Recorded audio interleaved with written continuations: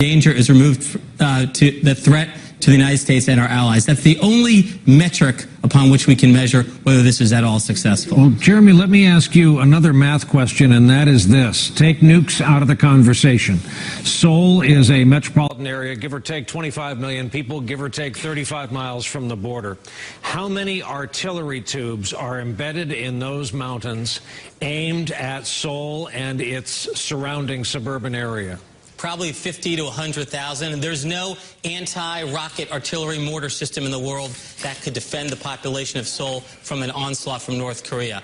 In fact, one of the concerns we've had is that when the Trump administration was talking publicly about a potential first strike against North Korea, the concern, of course, was that North Korea would retaliate not necessarily against the United States, but against Seoul. And now you see the additional tape here of the arrival. Yeah. The playback of the arrival of Kim Jong-un at the hotel there as he enters the building and gets ready for his historic meeting with President Trump. As someone recently said that the Mercedes limousine has been the favorite of dictators and despots going back decades around the world. Yeah, you just see the no license plate thing, and it just puts a little shiver down your spine. You know what I'm saying? That gets you pulled over in New York. Jeremy, I had one question for you about previous experience with the North Koreans and talks. Obviously, no U.S. president has ever talked to a North Korean dictator before, but, you know, Madeleine Albright was there in 2000, and we've had former President Jimmy Carter there. We've had former President Bill Clinton there for different reasons. There's been different talks around hostage releases and other sorts of things. When the North Koreans in the past have cheated on disarmament deals, when they cheated in 1994, when they cheated in 2002, when they reneged on deals, did we learn anything from that? Is there anything that's more sophisticated about our interactions and negotiations with them now because of that previous experience of them playing previous U.S. administrations? Yes, we've learned many things, Rachel. There was a very significant incident in the early 2000s in which, during one of the engagements with the North Koreans, they acknowledged the fact that they had a uranium enrichment path to a bomb in addition to the plutonium path. And then, of course, once the six-party talks broke down, of course, in 2006, North Korea detonated its first nuclear test. And since then, we've seen 6 nuclear tests. Last summer, we were probably at the height of provocation with those 2 overflights of Japan, the 2 ICBM tests, and another nuclear test. So they have made great progress. And in fact, I think it's fair to say that one of the reasons why Kim Jong-un believes he has the standing, the ability to stand next to the American president at this hour is because he has achieved a level of nuclear deterrent that has effectively achieved his aims in the region, and now he's ready to trade away a little bit of that deterrent for a security guarantee. And I agree with the earlier panelist who noted that if we come out tonight with a statement about a peace treaty, that is precisely what Kim Jong-un wants. Right. And President Trump wants it because there's no such thing as a Nobel Denuclearization Prize. There's only a Nobel Peace Prize. I think I just spotted the still photographer Will McNamee, so that would indicate that the White House still press pool is there. And so we have journalists from the United States and state-run media from North Korea. And we are expecting, it's interesting, politics editor here at NBC News was noting earlier this hour that at the G7, which President Trump has just come from in Canada, he was late to everything at the G7, all the different meetings. This seems to be rolling out quite punctually this evening, which is why we're watching the clock while we're also watching these live feeds. We've seen Kim Jong-un arrive to emerge unsmiling from that big black Mercedes limousine, holding a briefing book and walking straight into the venue. We are expecting President Trump momentarily, and then we are expecting a handshake. And that moment will be the culmination of decades of effort by the North Korean regime, by Kim Jong-un, by his father, and by his father before him, in terms of trying to achieve this as the ultimate imprimatur of international legitimacy. President Trump has bestowed that already, and now we're about to see it made manifest as the president arrives. Here is the president's limousine now coming up to that same entrance where we saw Kim Jong-un dropped off. By comparison, this is the brand new Cadillac limousine that has been airlifted halfway around the world for the purpose. So let's see if we have any audio from this, and otherwise we'll just take in the pictures of the president's arrival.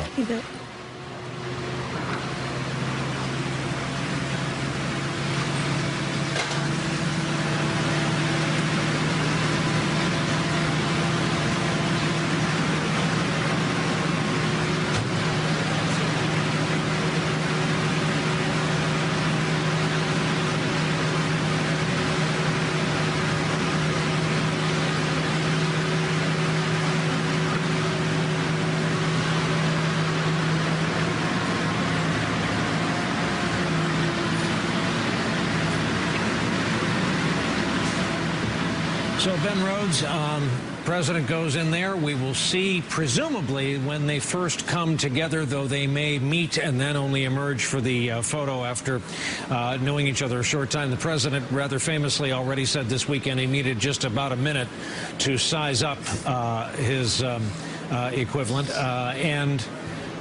Ben, how much of the infrastructure of diplomacy and foreign affairs that would have traveled on a trip like this during your years is missing, are vacant positions, is not perhaps venerated enough to be on a trip like this? Well, basically, the infrastructure that you would use to prepare for a successful summit has not been in place. I mean, Victor Cha was here. He'd be a very good ambassador in Seoul. You know, we've had many State Department roles vacated. We had in the Iran deal. Wait, can you just say what you mean there? Victor Cha was going to be the nominee for our ambassador to Seoul, and you know, he said something along the way that upset somebody in the White House and got his appointment yanked back.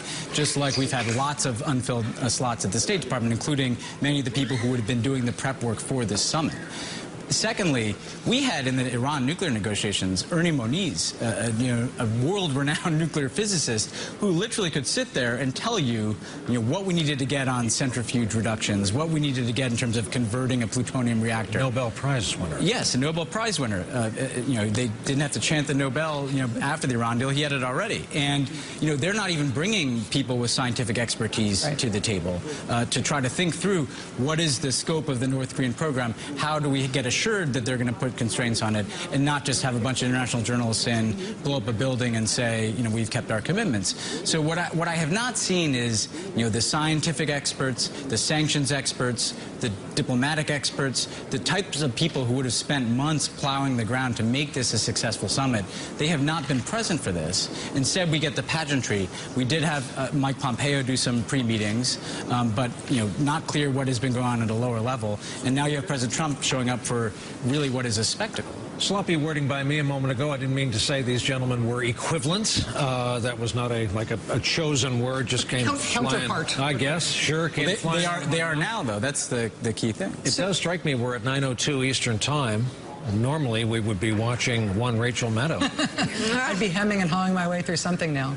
As we await this handshake, Sumi Terry, I just wanted to ask you to just kind of put us in the mind frame here of North Korean defectors, North Korean dissidents, people who have survived this regime, the most repressive totalitarian dictatorship on the face of the earth.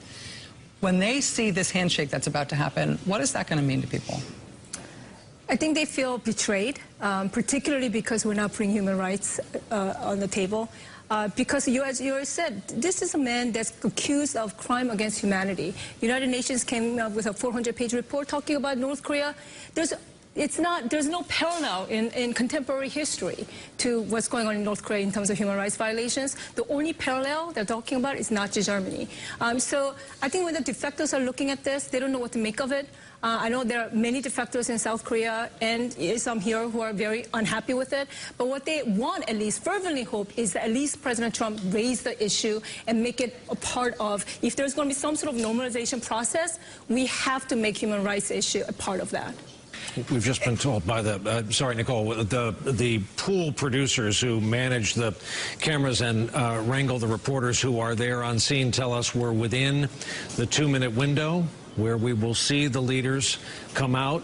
Nicole, I was fascinated to hear Jeremy Bash say that even the iconography, which we, to be honest, have duplicated here in this studio, of the two flags together is diminishing to the U.S. side. Let's take in this moment. I'm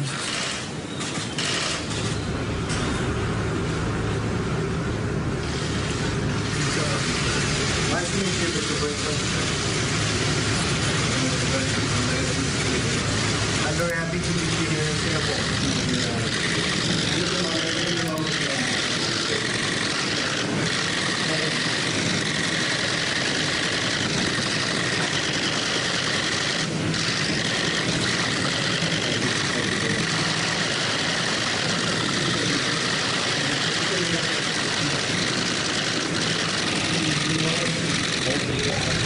I mean, the entire world is watching this from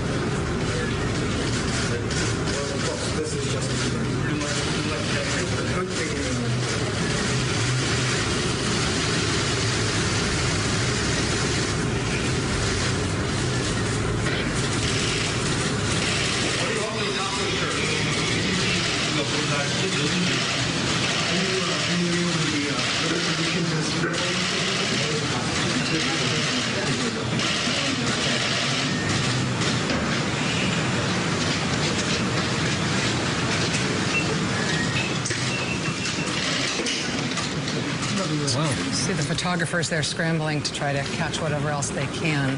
We could hear that they were talking, at least to me. I couldn't necessarily make out what they were saying. Very difficult. There were some direct words, and then there were some translators. Did you like the competition with the arms and the body movements where the president would grab him and sort of lead him like he was escorting him, and then he went back and grabbed his arm. Kim grabbed his arm. It was very tactile. They were competing there, man to man. Well, it's at least a lot of touching. I'm not sure. Yes, a lot of touching, yeah. Competitive touching. But it's Trump. I mean, not to get too weird about this, but it's the president touching Kim Jong-un a lot. Wow. It's not mutual. There's a Neil Diamond song about that. See what I'm saying? It's, again, there's a lot of gesturing and touching, and a hand on the back, hand on the arm. There's a lot of smiling by the president, too. Can I just, I've heard from 3 national security officials since we've been on the air who have really grave concerns about what Ben described. The idea that all the substance of this meeting will take place in this one-on-one meeting without any foreign policy advisors. And I think as that has seeped in, as it has sunk in, that that's sort of it. They don't leave that meeting and have a 3 days that follow to drill down on the different areas. But a lot of alarm this hour. Also, on Larry Kudlow, a lot of concern I'm picking up from folks in and around the White House about him. He's beloved. He's not been there long, but he's beloved. He's beloved by the president. He's beloved by the staff.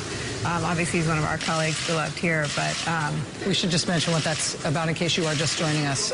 As the president was heading in his motorcade toward this event, the president, somebody operating the president's Twitter account, possibly the president himself, tweeted that the White House Chief Economic Advisor Larry Kudlow has suffered a heart attack and is being treated at Walter Reed. We do not have additional information about Mr. Kudlow's condition, but as Nicole noted, a lot of concern among people who know him and who work with him. And the person that folks feel most concerned about not being in that meeting are obviously a national security advisor and an intelligence official because of how little we know about the program and because it's possible that Donald Trump will leave and we still won't know. This appears to be live. They never stop.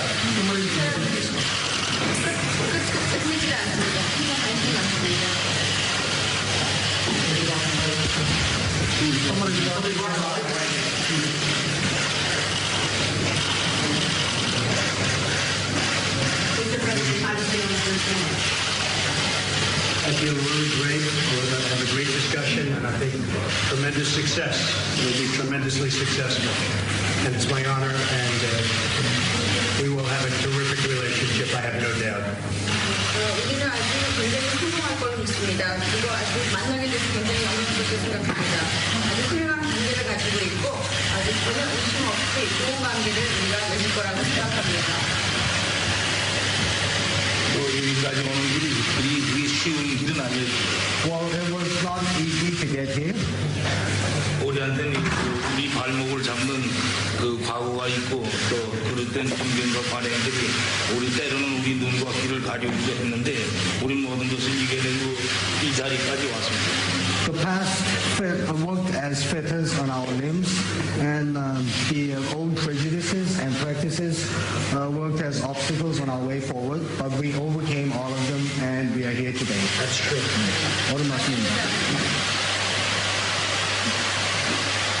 Thank you very much, everybody. Thank you. Thank you very much. Thank you.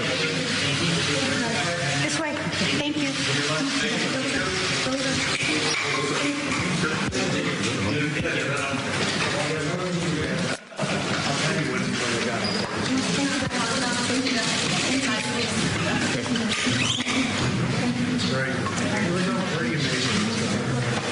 All right, guys, let's go.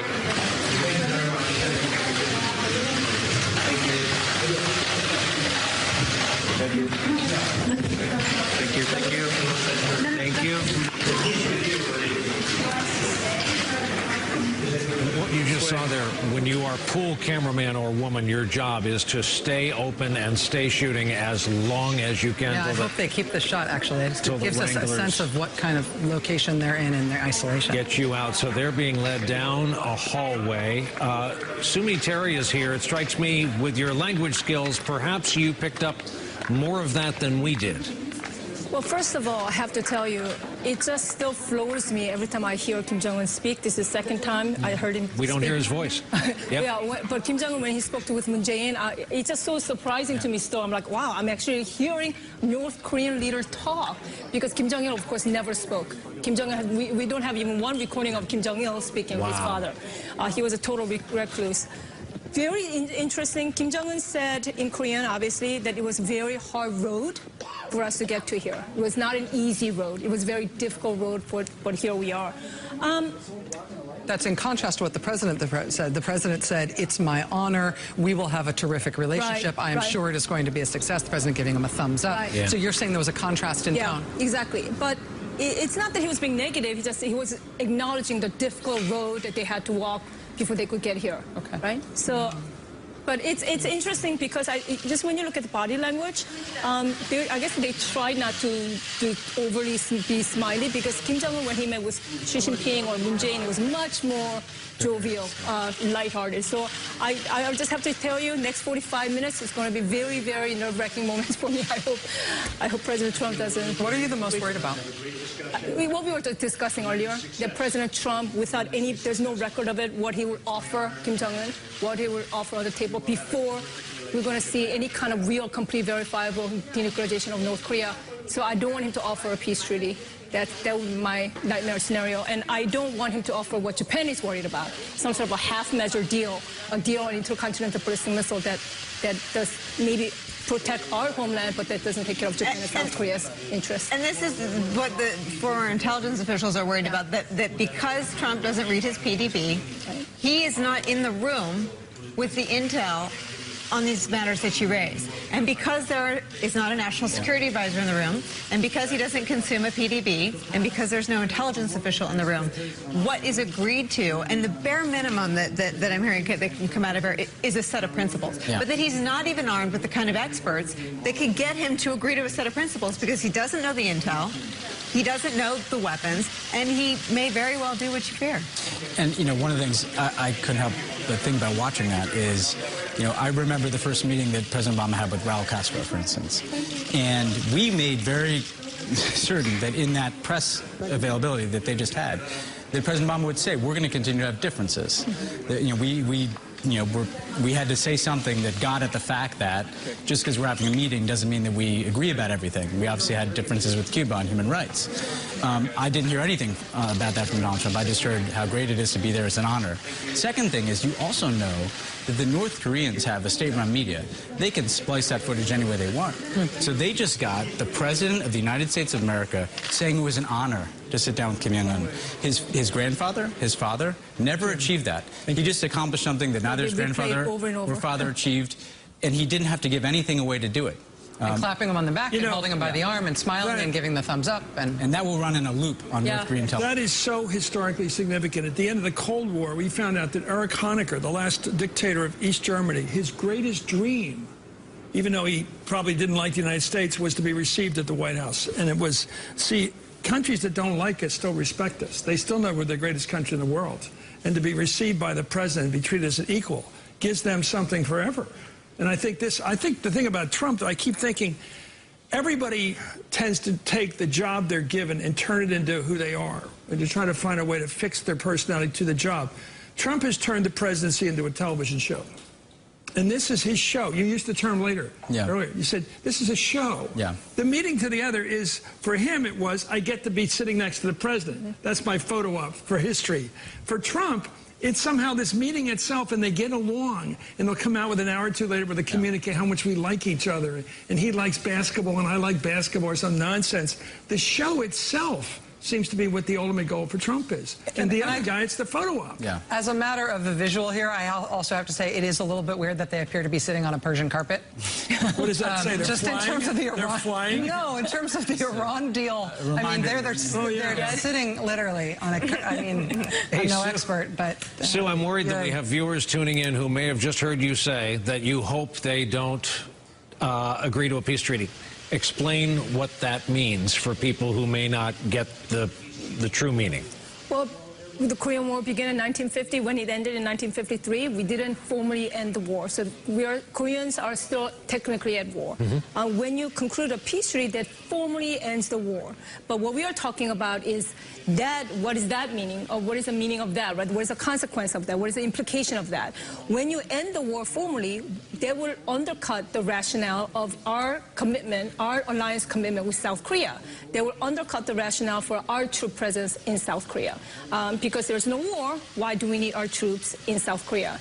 So what I'm afraid of is not that peace treaty is bad. Of course, formally ending the war is fine and it's good, it's historic. But what if we end the war and North Korea does not give up nuclear weapons program? Because that's probably what's going to happen. So we've just ended the war, leave South Korea still under threat, under their nuclear weapons and North Korea's nuclear weapons, and we just gave away the major card. Do you think Trump is that unaware of what you just said to blow yes. it? This is about, I talked to two expenses I was here.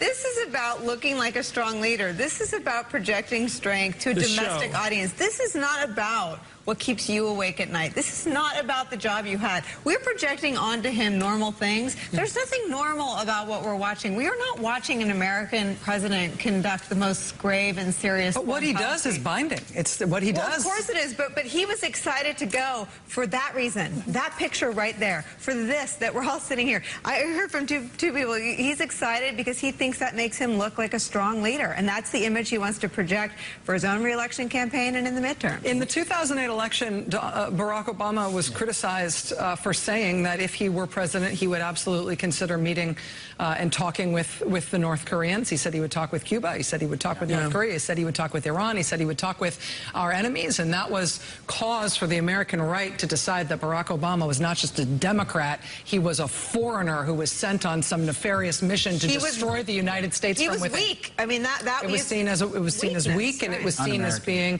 naive, and it was seen as dangerous. The relationship between American politics in this moment is almost as hard to get your head around as these pictures are. You know, Rachel, that's almost like retrieval from college ball days, because today everything is hour by hour. And people, the lack of memory to retrieve that information is so normal now. People, is that right? Was that a campaign and when was Barack Obama president? It's astounding, but it's so pertinent to what we're talking about is to take a chance on a meeting like this. Yeah. And Obama says, well, occasionally we have to make these reaches for opportunity. But we'll see. I saw the scars, Rachel, from the... I mean, I went to work for Barack Obama the week that he had the debate where he said he would be with the leaders of Iran, North Korea, and Cuba if he, thought it could advance our interests. And the fact of the matter is we met with Iran and Cuba. There's a reason, actually, we didn't meet with North Korea. Which was? Well, the reason was that what you just saw, that we did not believe that North Korea presented the opportunity that merited a head of state summit. This is a very important point. I'm totally for diplomacy. I believe right now that the best thing that we can get to make sure they don't get that capacity to hit the United States homeland with a nuclear-tipped missile is some type of diplomatic agreement where they're freezing their testing of missiles and nuclear weapons, and we're potentially offering some degree of sanctions relief. They're skipping way ahead of that to the head of state summit. They're giving one of the biggest concessions that we had to offer in that negotiating process that would have come after that type of freeze for freeze. They freeze their nuclear program. We potentially freeze elements of our sanctions or even potentially elements of our military exercises.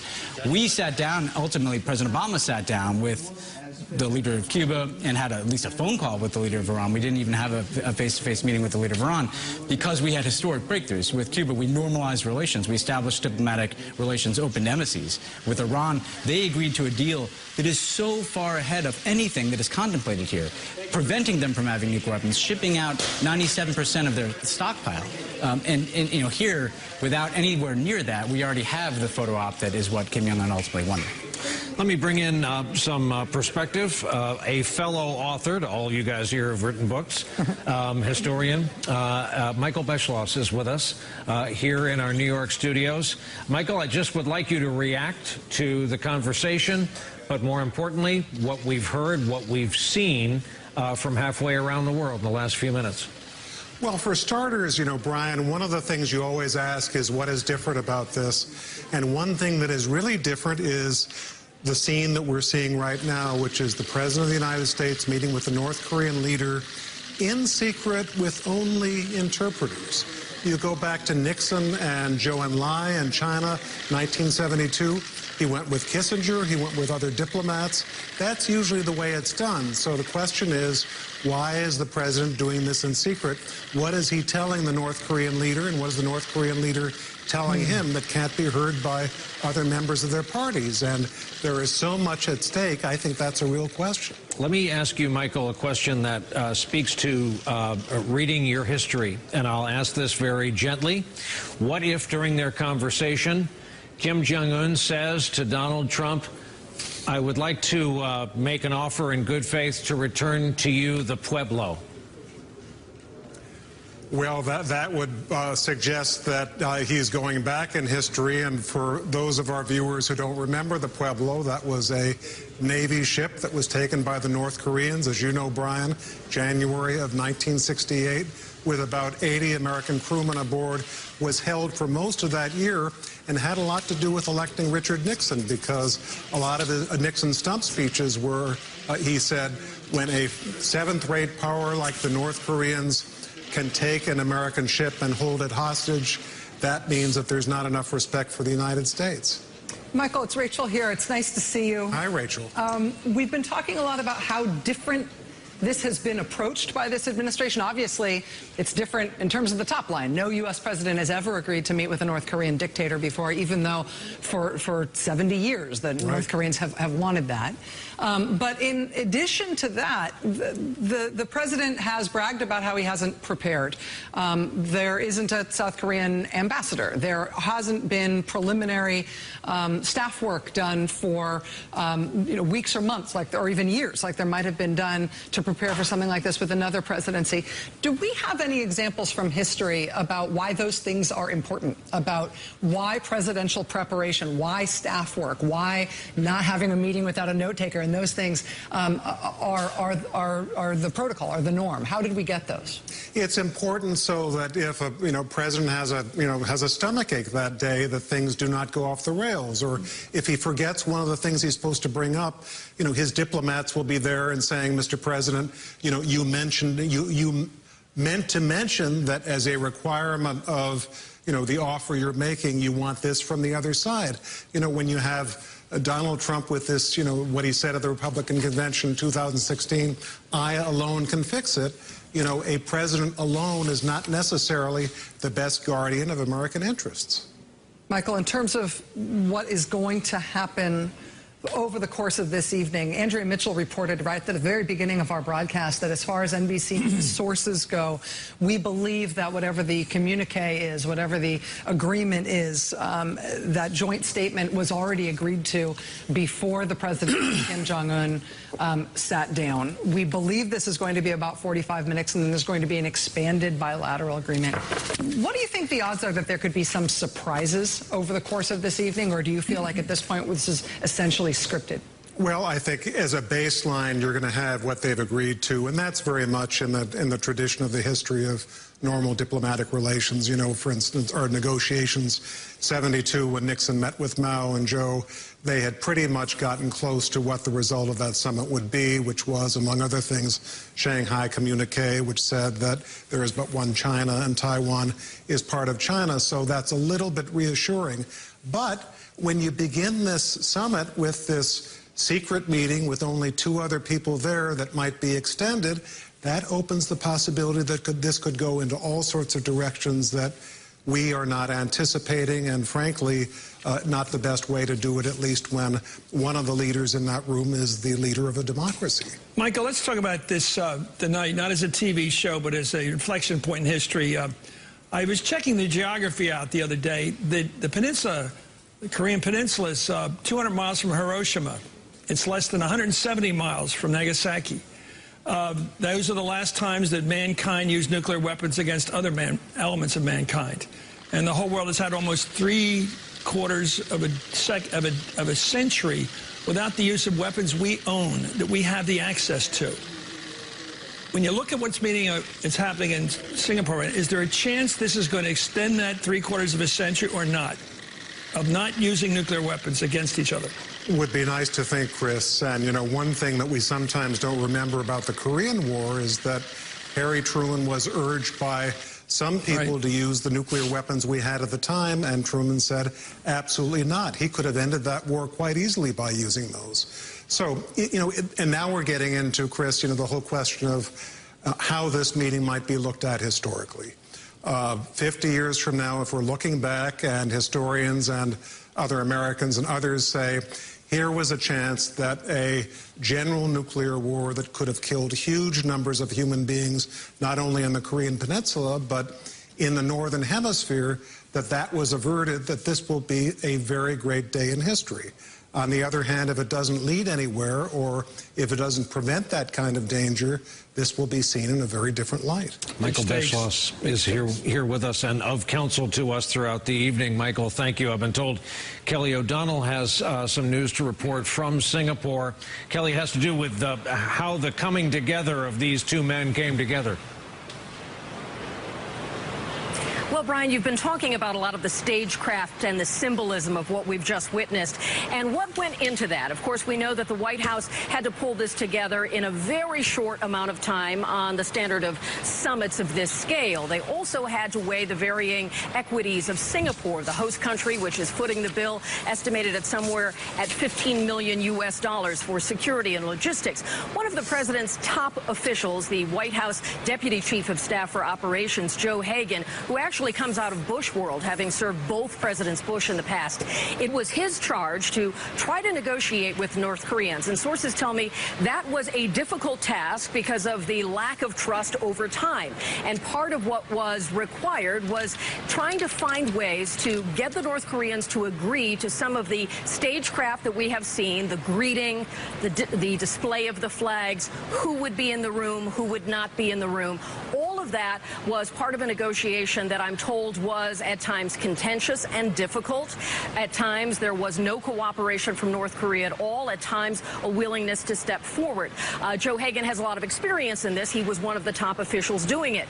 And then separately, there have been delegations referred to as a working group led by Ambassador Kim and with representatives from the Department of State and the Department of Defense, experts in the area of energy and nuclear, the National Security Council, who have been meeting with North Korean counterparts over the last few weeks, multiple sessions a week. Some of that was done at the demilitarized zone.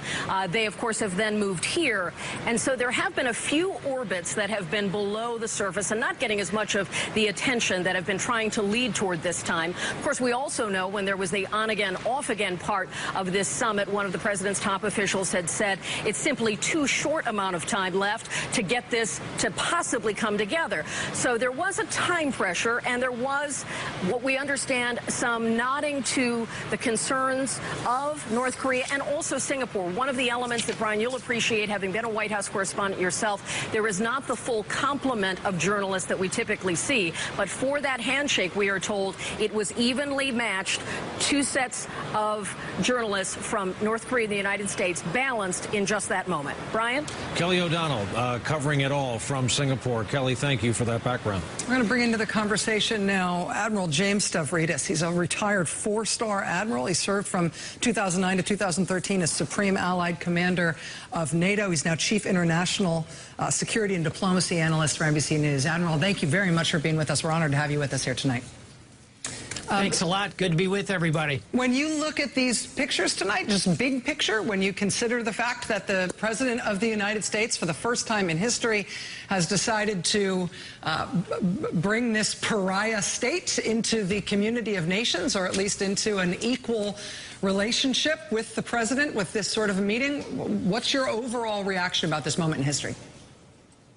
Before I even get to that, Rach, I just want to point out we've really gone from the sublime to the ridiculous in the coverage, in the sense that Michael Beschloss absolutely correctly says we may look at this as a real pivot point in history, and then we default to the, hey, who's paying the hotel bill? And I think that is a pretty good example of what we're seeing here. It's hard to score this one at this point, but if you ask me to put kind of a percentage on it, I would say I'm cautiously optimistic, call it 70% chance that over time, if we're patient, this could lead to a real diffusion of tension and possibly a reduction in nuclear weapons. Here's the bad news. I think there's a 20–25% chance that it just defaults back to the old way of doing business, and there's still going to be a 5 to 10% chance that the wheels really come off and we end up in a war-fighting situation. But for this moment, we ought to enjoy the day. This is a good moment for diplomacy compared to where we were 6 months